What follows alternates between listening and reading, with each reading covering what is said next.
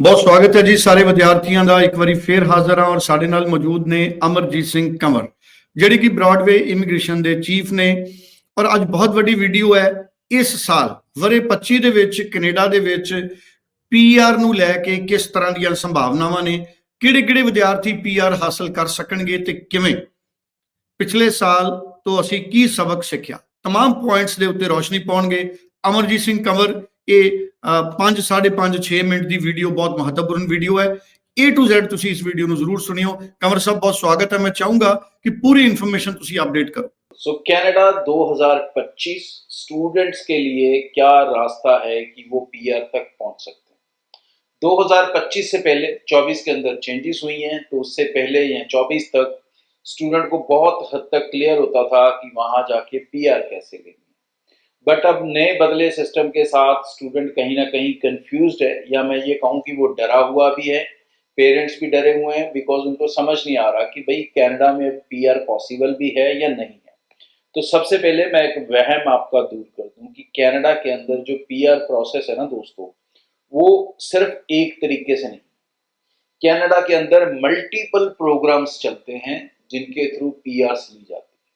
ये तकरीबन जो रफ फिगर है वो 80 प्रोग्राम्स हैं, 80 प्रोग्राम हैं जिसके थ्रू एक इंसान कनाडा के अंदर पीआर ले सकता है। अलग अलग नॉर्म्स के जरिए, मतलब अलग अलग कैटेगरीज के जरिए, अलग अलग प्रोविंसेस के जरिए, अलग अलग पीएनपी प्रोग्राम्स के जरिए, अलग अलग रीजनल प्रोग्राम्स के जरिए, अलग अलग एटलांटिक प्रोग्राम्स के जरिए। तो मतलब ऐसे बहुत से कनाडा के अंदर प्रोग्राम्स हैं जिनके अंदर आप अपनी पीआरस को पॉसिबल कर सकते हो।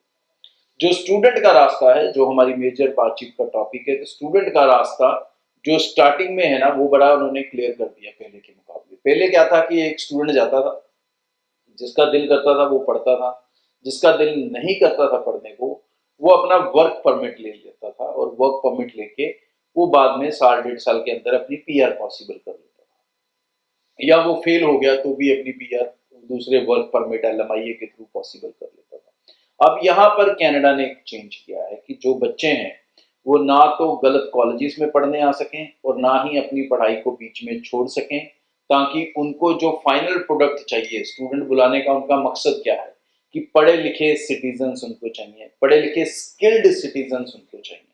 तो इस चीज को उन्होंने अब करेक्ट किया है। बाकी पीआर प्रोसेस की बात करोगे तो उसमें बहुत सारी ऑप्शंस हैं। कहीं पर भी ऐसा सिनारियो क्रिएट नहीं हो रहा कि आप वहां पर पीआर नहीं ले सकते। 110% आप डेफिनेटली कनाडा में पीआर ले सकते हैं।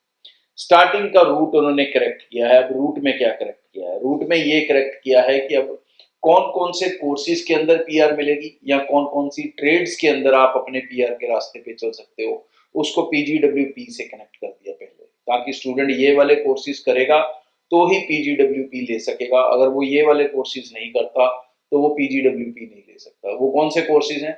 अगर डिप्लोमास की बात करूं तो एम्बेसी की लिस्ट है तकरीबन 966 966 प्रोग्राम्स, डिप्लोमा प्रोग्राम्स उसमें मेंशन्ड हैं। अगर आप वो डिप्लोमा प्रोग्राम्स करते हो तो आप अपने PGWP ले सकोगे और उसके बाद अपने पीआर की तरफ बढ़ सकोगे। अगर आप उनमें से कोई प्रोग्राम नहीं करते हो या आपके प्रोफाइल के हिसाब से फिट नहीं बैठ रहा, जो ज्यादातर चैलेंज आएगा कॉमर्स वाले स्टूडेंट्स को और आर्ट्स वाले स्टूडेंट्स को, तो इन बच्चों को फिर उन्होंने दूसरा ऑप्शन ये दिया हुआ है कि आपको किसी ना किसी यूनिवर्सिटी से डिग्री प्रोग्राम करना होगा, बैचलर डिग्री करनी होगी या फिर मास्टर्स डिग्री प्रोग्राम करना होगा, और उसके बाद आप PGWP अपना ले सकेंगे और फिर उसके बाद अपने पीआर को पॉसिबल कर सकेंगे। तो कनाडा के अंदर पीआर इशू नहीं है। अब पीआर को आप जल्दी लेना चाहते हैं, आसानी से लेना चाहते हैं, तो क्या रास्ते हैं?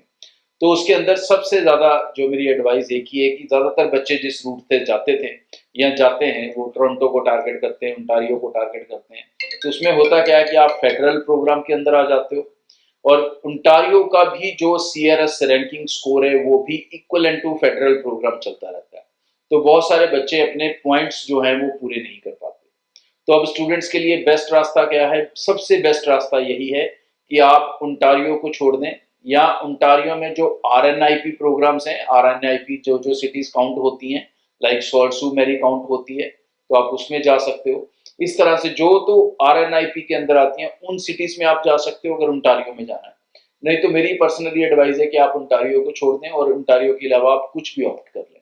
अगर आपको ओंटारियो में ही जाना है तो देन डिप्लोमा प्रोग्राम्स में न जाएं, फिर आप या तो मास्टर्स प्रोग्राम के लिए जाएं या फिर बैचलर डिग्री प्रोग्राम के लिए जाएं। ये दोनों सिचुएशन में भी आप अपने पीआर के जो पॉइंट्स हैं उनको पूरे कर पाओगे। लेकिन एक स्टूडेंट जो ओंटारियो में जाएगा, डिप्लोमा करेगा, वो अपने पीआर के पॉइंट पूरे नहीं कर सकता इन प्रेजेंट सिनारियो। तो इस चीज का आपको खास ध्यान रखना है। कौन कौन सी चीजों का? अपना कोर्स सिलेक्शन, अपनी लोकेशन का सिलेक्शन, ये अच्छे से समझदारी से डिसीजन होना चाहिए। अगर आपके ये 2 डिसीजन सही हैं तो आपकी पीआर उसी तरह से स्मूथली हो सकती है जैसे आज तक सब लोगों की होती है। लेकिन अगर आप ये डिसीजन किसी भी कारणवश सही नहीं लेते, चाहे किसी रिश्तेदार के पास जाने के चक्कर में, किसी दोस्त के पास जाने के चक्कर में, तो आप ऐसी प्रॉब्लम्स को फेस करेंगे। पीआर तो तब भी होगी, लेकिन उसमें फिर समय लगेगा और फिर आपको वो स्टेट छोड़नी पड़ेगी, 2 साल दूसरी स्टेट में रहना पड़ेगा, उसके बाद आप पीआर्स को पॉसिबल करेंगे। तो अगर आप बेहतर है कि स्टडी के टाइम पे ही दूसरी प्रोविंसेस को प्रेफर करें, तो आप अपनी पीआर बहुत ज़्यादा फास्ट कर सकते हैं। और पीआर के बाद फिर चाहे आप टोरंटो में रहें, ओंटारियो में रहें, ब्रिटिश कोलंबिया में रहें, सारा कनाडा आपका होगा। तो इन चीज़ों को समझ लेंगे तो आप अपने रास्ते को आसान कर लेंगे। आगे भी इस चैनल के जरिए रेगुलर अपडेट आपसे शेयर करता रहूँगा। ਸੋ ਬਹੁਤ ਬਹੁਤ ਧੰਨਵਾਦ। ਬਹੁਤ ਮਹੱਤਵਪੂਰਨ ਵੀਡੀਓ ਜਿਹਦੇ ਵਿੱਚ ਅਮਰਜੀਤ ਸਿੰਘ ਕੰਵਰ ਉਹਨਾਂ ਨੇ ਬਹੁਤ ਇੰਪੋਰਟੈਂਟ ਪੁਆਇੰਟਸ ਹਾਈਲਾਈਟ ਕੀਤੇ ਨੇ।